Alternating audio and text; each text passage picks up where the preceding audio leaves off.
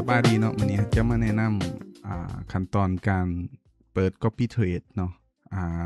สำหรับ EA ของเราเนาะวิดีโอนี้สร้างขึ้นมาเพื่อให้ความรู้เพื่อการศึกษาเท่านั้นบ่แม่นคำแนะนำหรือสักส่วนในการลงทุนใดๆการลงทุนในตลาด CFD และทรัพย์สินที่ใช้ leverage มีความเสี่ยงสูงและอาจเฮ็ดให้ทานสูญเสียเงินลงทุนได้ก่อนอื่นเนาะให้ทานเข้าไปเว็บไซต์ Market for You ก่อนเนาะหรือว่าถ้าทานบ่ทันสมัครสมาชิกหรือว่าบ่ทันเปิดบัญชีก็เปิดบัญชีได้เนาะเข้ามาเว็บไซต์เขาเว็บเบราว์เซอร์เนาะตัวไหนก็ได้เนาะ Google Chrome หรือว่ายังก็ได้เนาะแต่ว่าเขา marketforyou.com เนาะจะเข้ามาแบบนี้แล้วก็เลือกอยู่บนปุ่ม3ปุ่มอยู่เทิงน่ะแล้วก็เลือกเป็นเข้าสู่ระบบเนาะอันนี้จะยกตัวอย่างเป็นภาษาไทยเนาะ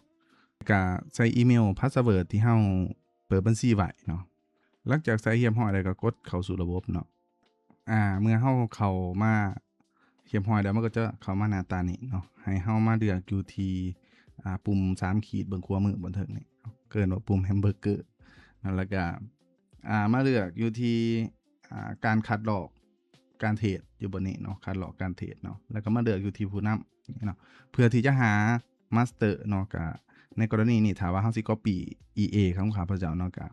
มาค้นหาในนี้เลยเนาะพิมพ์คำว่า The Rocket เนาะพิมพ์แบบติดต่อกันสิเนาะ The Rocket EA ประมาณนี้เนาะแล้วก็ค้นหาเนาะมันจะขึ้นมาแบบนี้เนาะมันจะมีหลายตัวเนาะตัวเฮาปิดไปแล้วก็มีเนาะตัวเฮาปิดไปแล้วก็มีเนาะเอาตัวที่มันเป็นตัวนี้เนาะเดี๋ยวการอันที่จริงก็กดคัดลอกได้เลยเนาะถ้าว่าเฮาอยากเข้าไปเบิ่งก็กดเข้าไปเพื่อไปเบิ่งสถิติอีหยังหลายเนาะตอนนี้ก็รันมาแล้วอยู่ที่8เดือน9เดือนแล้วเนาะ9เดือนเนาะเฮ็ดกำไรไปให้นักลงทุนไป 68,000 เหรียญแล้วนะตอนนี้เนาะเดือนที่8ปี2026เนาะโอเคเนาะคันสมมุติว่าเฮาอยากคัดดอกตัวนี้เนาะก่อนอื่นเนาะต้องบอกก่อนว่า EA ประเภทนี้มัน EA ที่เทรดแบบ Multi Scale เนาะซึ่งมีความเสี่ยงเนาะแล้วก็ต้องพยายามยอมรับความเสี่ยงหลายก่อนเนาะหาทุนที่เฮาสามารถเสี่ยงได้เนาะก็กดคัดลอกบนนี้เนาะอันนี้จะมาแนะนำขั้นตอนการคัดลอกเด้อเนาะมันจะมีกฎการคัดลอกนี่เฮาสามารถตั้งชื่อได้เป็นจังได๋ก็ได้เพื่อให้เฮาจื้อจำนะเนาะจำนวนเงินที่เฮาต้องใส่เนาะตอนนี้นี่อันที่จริงจำนวนเงินเท่าไหร่จึงจะเหมาะสมเนาะอันนี้คนถามเท่าไหร่เนาะแต่ว่าEA ตัวนี้มันให้เริ่มต้นเพียงแต่3,000 เหรียญแต่ว่าถามว่า 3,000 เหรียญพอบ่น่าจะพออยู่เนาะแต่ว่ามันจะบ่แฟร์เพราะว่ามาสเตอร์มันไป 5,000 กว่าแล้วเนาะถามว่าให้มันแฟร์สุดก็คือให้มันทำกับมาสเตอร์แฟร์บนใดบนว่ามาสเตอร์แตกเฮาก็แตกเนาะเฮาแตกมาสเตอร์ก็แตกเนาะให้มันเท่ากันเนาะแต่ว่าคันกำลังบ่ไหวก็ใส่ทำข้าพเจ้าได้เว้าไว้ก็คือ 3,000 เหรียญเนาะน้อยกว่านั้นถามว่าไหลบ่ไหลเนาะแต่ว่าเฮาก็บ่รับประกันในการถ้าทานติดตาม EA มาระยะนึงแล้วเห็นว่ามันโอเคมันพอจะไปไหลทูไทยไหลยอมรับความเสี่ยงไหลก็ใส่ไปไหลเนาะ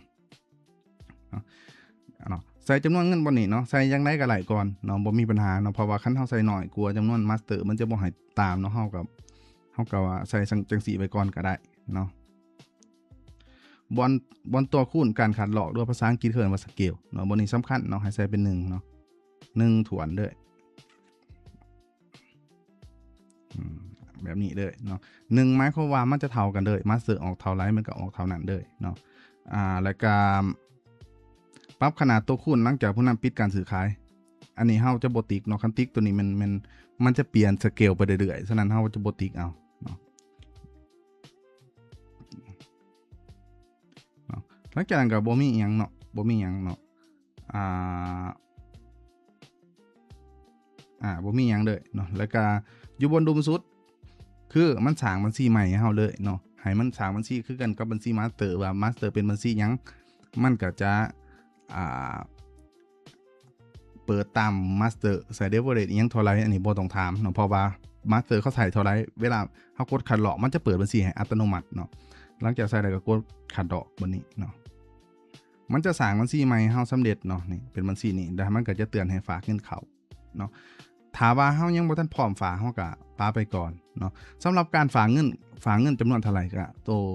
3,000 เหรียญนั่นแหละเนาะขั้นต่ำ 3,000 เหรียญนั่นแหละเนาะแต่เป็นหยังเฮาจึงบ่ใส่ 3,000 ตอนต้นนั่นก็คือว่าคันเฮาใส่น้อยกว่ามันจะบ่ให้เขาคัดลอกเนาะแต่ว่าเฮาใส่ 3,000 แล้วเฮามาปรับสเกลเป็น1:1เนาะ โทษเฮาใส่เท่าใดก็ไหลแต่ว่าเฮามาปรับสเกลเป็น1ตัว1มันก็จะออกคือกันกับมาสเตอร์เนาะถ้าว่าเฮามาเบิ่งอยู่ที่บัญชีของเฮาเนาะในบัญชีผู้ตามเนาะหมวดบัญชีผู้ตามเนาะมันก็จะเห็นว่ามันเปิดบัญชีใหม่ขึ้นมาเนาะตัวนี้เนาะเป็นเส้นโปร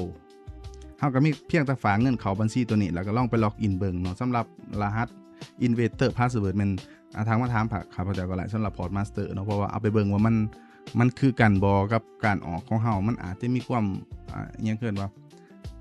เปิดพิซซ่าแตกต่างกันนิดนึงก็บ่เป็นหยังเนาะขอแต่ว่ามันบ่ค้างออเดอร์เนาะคันค้างออเดอร์ก็ทักไปโบรกเกอร์เขาเลยเนาะก็ประมาณนั้นเนาะสำหรับการคัดลอกเนาะก็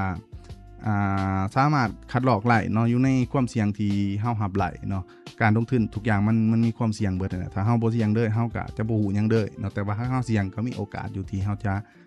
จะไหลไปไหลนะเนาะก็ฝากกดติดตามเนาะไผที่มีคำถามหยังหรือว่ามีความเห็นอะไรก็สามารถคอมเมนต์ได้เนาะก็วิดีโอเบิดเพียงเท่านี้เนาะขอบใจ